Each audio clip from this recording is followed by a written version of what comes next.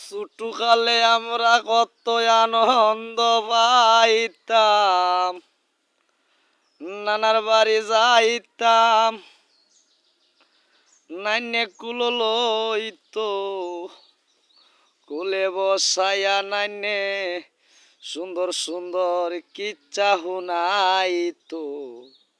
নানা কান্দ কইরা লইয়া বাজারেতে যাইতো, জিলাপি আর আডার গুলগুল্লা খাইলে কতই বালা লাগতো।